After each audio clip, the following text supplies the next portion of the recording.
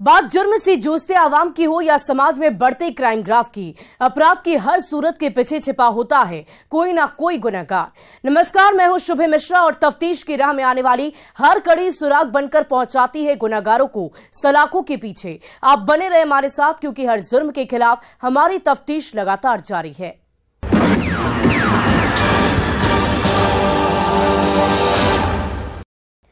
वो प्यार करता था, अपनी महबूबा को बंद कमरे में हसीन सपने दिखाता था, जन्मों जन्म तक साथ रहने का वादा करता था।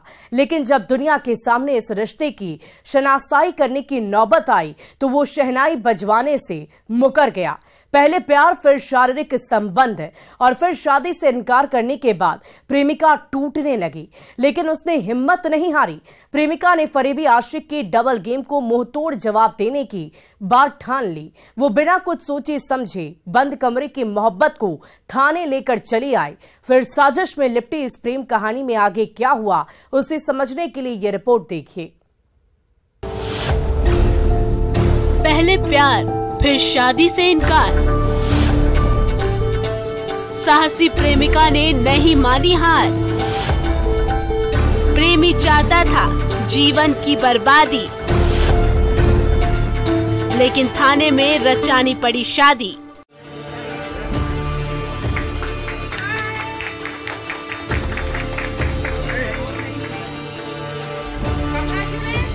ओम नमः शिवाय।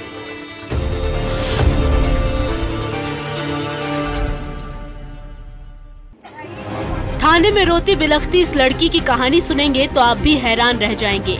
ये तस्वीर वैशाली जिले के चांदपुरा थाने की है, जहां बीते दिन ये लड़की राष्ट्रीय मानवाधिकार एवं महिला कल्याण के सदस्यों के साथ पहुंची और पुलिस वालों से इंसाफ की गुहार लगाने लगी। इसने प्यार में आशिक की दगाबाजी की पूरी दास्तान पुलिस वालों को सुनाई और कहा कि इसे इंसाफ चाहिए, क्योंकि ये उस लड़के के बिना नहीं जी सकती है जिसने इसे हसीन सपने दिखाए, साथ जीने मरने की कसमें खाई, आंखों से बात करते करते होठों से गुफ्तगू की। बंद कमरे में इनकी मोहब्बत जमा तो हुई, लेकिन जब बात इस गुप्त प्रेम संबंध को दुनिया के सामने लाने की हुई तो वो आशिक प्यार में प्रपंच रचने लगा और शादी की बात से इनकार कर गायब हो गया। ये प्रेम कहानी है वैशाली के देशरी गांव के रहने वाली नीतू और बिदुपुर के धर्मपुर गांव के रहने वाले कौशल की। इन दोनों की मुलाकात 4 साल पहले हुई। फिर ये एक दूसरे से अक्सर मिलने लगे।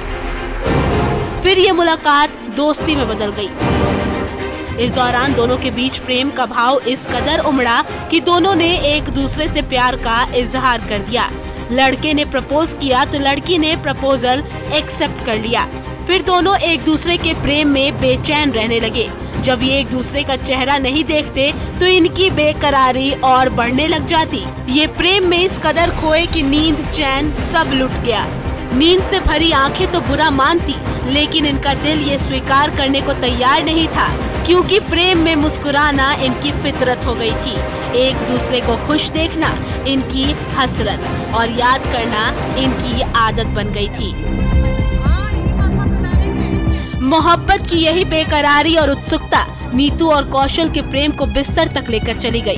दोनों एक दूसरे के प्यार में इस कदर खोए कि प्रेमिका को होश ही नहीं रहा। 3 साल के लंबे रिलेशनशिप में रहने के दौरान प्रेमिका पेट से हो गई। जब दोनों के शारीरिक संबंध के परिणाम की कहानी लड़की को खबर मिली तो उसने सबसे पहले कौशल को प्रेग्नेंट होने की बात बताई। फिर हुई इस प्रेम कहानी में खटास की शुरुआत। गर्लफ्रेंड के प्रेग्नेंट होने के बाद कौशल ने अपने चेहरे से कुशलता का मुखौटा उतार दिया। वो अपनी काबिलियत पर पर्दा डाल उस्तादी पर उतर आया। होशियार कौशल ने अपनी प्रेमिका को कॉल किया और बड़ी ही चतुराई से कहा कि वो अबॉर्शन करा ले। कौशल ने इसके पीछे एक दूसरी कहानी रची और नीतू से कहा कि बहन की शादी होने वाली है, बहन की शादी होने तक हम दोनों विवाह नहीं कर सकते। दरअसल इन सब के पीछे प्रेमी कौशल की एक बड़ी साजिश छिपी थी। उसने प्लान बना लिया था कि बच्चे के लिए गर्भ में ही कब्र खोदनी होगी और अबॉर्शन कराकर प्यार की इस निशानी को हमेशा हमेशा के लिए मिटाना होगा, वरना नीतू से शादी रचानी पड़ जाएगी। शांति। ओम नमः शिवाय। वो प्रेग्नेंट थी, 4 महीने की लड़का उसको ये बोलकर कि मेरी बहन की शादी होगी तब तक तुम अबॉर्शन करवा दो, उसका भी साक्ष्य है हम लोग के पास में। तो अबॉर्शन करवा दिया गया उसका। और अभी हम लोग यहाँ पर बस इसीलिए आए हैं कि दोनों का सहमति से शादी करवा दिया जाए। प्रेमी के प्यार में पागल हो चुकी नीतू को भी अपने आशिक के इस गोल मटोल कहानी में साजिश की बू आने लगी। 3 साल तक रिलेशनशिप में रहने के बाद जब वो गर्भवती हुई तो प्रेमी शादी से इनकार करने लगा। इस बात से नीतू को गहरा सदमा पहुंचा। उसने कौशल के दबाव और शादी के झूठे वादे में पड़कर गर्भपात करा लिया। फिर वही हुआ जिसकी आशंका थी। प्रेमिका के पेट में प्यार की निशानी मारने के बाद कौशल ने अपना असली रंग दिखाना शुरू कर दिया। उसने कहा कि वो शादी के लिए तैयार नहीं है।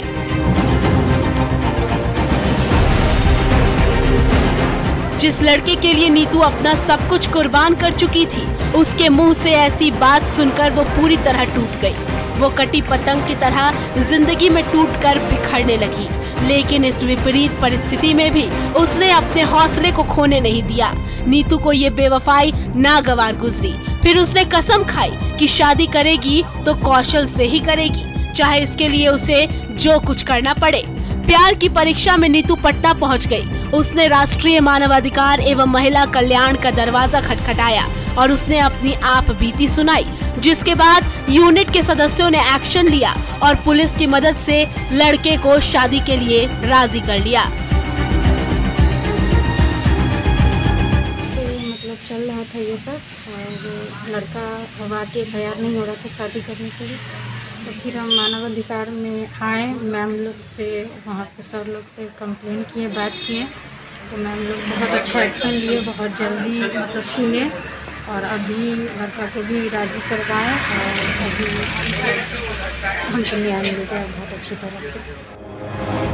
राष्ट्रीय मानवाधिकार एवं महिला कल्याण संस्थान का कहना है कि लड़की जब शादी के लिए लड़के के घर पहुंची थी तो लड़के के घर वालों ने उसके साथ मारपीट भी की थी, उसे घर से भगा दिया था। यही कारण है कि संस्था ने पहल की और चांदपुरा थाने में आकर लड़का और लड़की के घर वालों से बात की ताकि दोनों की शादी करा दी जाए। काफ़ी संख्या में हम लोग पटना से आए हैं, राष्ट्रीय मानवाधिकार एवं महिला कल्याण संस्थान से हैं। कल रात में ही सूचना मिली कि धर्मपुर और देसरी की लड़की है, धर्मपुर का लड़का है, जहां लड़की और लड़का का 4 साल से अफेयर चल रहा था। दोनों का शादी करने की भी बात थी, दोनों में संबंध भी था और इधर आके शादी करने से लड़का इनकार कर रहा था। तो लड़की लड़के घर गई थी जहां उसके साथ बहुत ज़्यादा मारपीट हुआ, जिसका साक्ष्य हमारे पास है। मानवाधिकार की संस्था की अध्यक्ष हैं, वो बहुत जल्दी एक्शन लिए हैं। मैं उनका सदा मतलब हमेशा उनके आभारी रहूँगी। जब भी हमको ज़रूरत पड़े उनसे एक बार बात ज़रूर करूँगी, कोई भी डिसीजन लेने से पहले, क्योंकि माँ जैसा हमको अच्छा से समझाई हैं, अच्छा रास्ता दिखाई है। बहरहाल अंत भला तो सब भला के साथ ही इस जटिल कहानी की सरल समाप्ति हुई, क्योंकि दोनों के घर वालों से बात करने के बाद और उनकी काउंसलिंग के बाद सभी लोग शादी के लिए राजी हो गए। लिहाजा पुलिस वाले ही बाराती बन गए और थाने में ही दोनों की शादी करा दी गई। हालांकि अब ये देखना होगा कि नीतू और कौशल का वैवाहिक जीवन आगे कैसे बीतता है। क्या दोनों के प्यार की मिठास एक बार फिर से रिश्ते में आई खटास को मिटा सकती है या नहीं। हाजीपुर से प्रफुल्ल कुमार के साथ ब्यूरो रिपोर्ट न्यूज़ 18। अगर आप भी सीएसपी सेंटर में पैसे की लेन देन करने जाते हैं तो जरा सावधान हो जाइए, क्योंकि दूध की रखवाली बिल्ली तो हरगिज नहीं कर सकती। अब आप सोच रहे होंगे कि हम ऐसा क्यों कह रहे हैं, तो दरअसल अरवल पुलिस ने 3 ऐसे साइबर अपराधियों को गिरफ्तार किया है जो सीएसपी सेंटर की आड़ में साइबर फ्रॉडिंग का गेम करते थे। ये फिंगरप्रिंट और आधार नंबर से अपने ग्राहकों के बैंक अकाउंट को साफ करते थे। हालांकि ये जालसाज अब जाल में फंस गए हैं। मगर आप सोच रहे होंगे कि ये ऐसा कैसे करते हैं, तो आइए आपको बताते हैं एक मैसेज, एक क्लिक और फिर पूरा बैंक अकाउंट खाली होने की पूरी कहानी।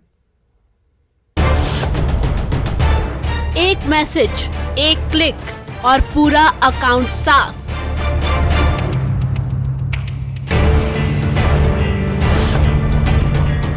पुलिस के जाल में फंसे 3 साइबर जालसाज।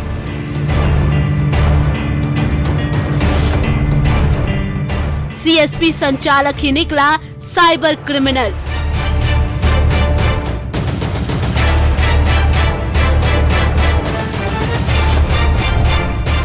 आधार और फिंगरप्रिंट से करता था अकाउंट खाली।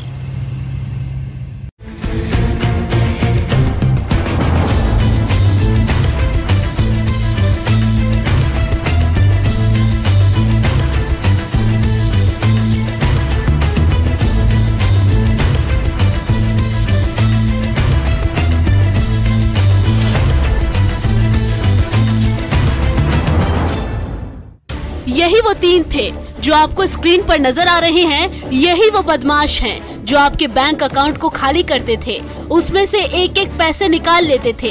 अगर आज ये चेहरा बांधे, हथकड़ी लगाए पुलिस के पास खड़े नहीं होते तो शायद अभी ये कहीं ना कहीं किसी न किसी को चूना लगा रहे होते, उनके बैंक खाता में सेंधमारी कर पैसे गायब कर रहे होते। मगर गनीमत है कि ये जालसाज जाल में फंस गए हैं।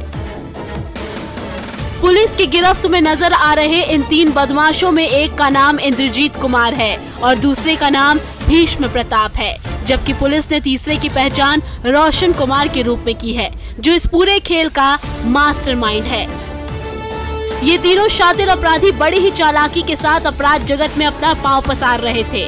ये गोली, बंदूक या चाकू का इस्तेमाल नहीं करते थे, बल्कि बड़ी ही सफाई के साथ इंटरनेट के माध्यम से लोगों को अपना शिकार बनाते थे।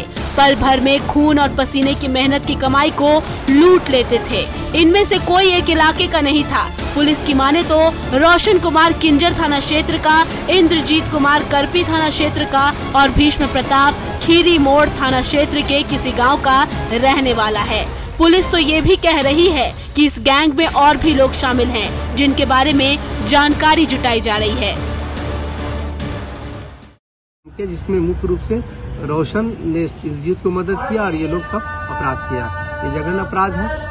बहुत लोगों का पैसा इसमें, जिला भर का सारे केसों का समीक्षा करेंगे और उसमें अन्य लोग जो भी लोग शामिल होंगे इस गिरोह में सबको गिरफ्तारी। अन्य लोगों का भी नाम पता चला है, लेकिन चूंकि अभी उनकी गिरफ्तारी करनी है इसलिए आप लोग को डिस्क्लोज नहीं किया जाता।